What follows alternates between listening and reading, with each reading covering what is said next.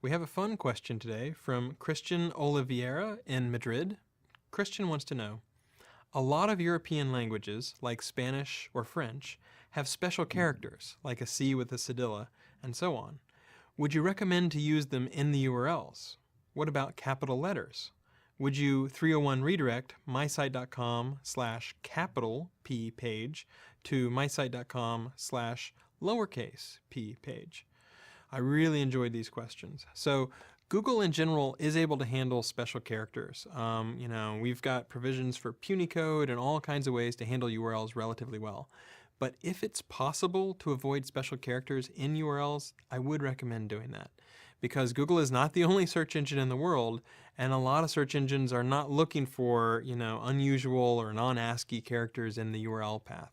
So being able to handle those special URLs can be a little bit tricky for search engines. And so if it's possible to make it easily available without the special characters, that's probably the route that I would pick. Otherwise, if users see, various percents and escaping, they're a little less likely to copy and paste that. They're sometimes a little less likely to mail that, or the URL might get long, it could get truncated, those sorts of factors. Now, the other part of this question was about capital letters, and I really enjoyed that. In my experience, a lot of people want to use a capital letter, in the URL path or even in their domain name.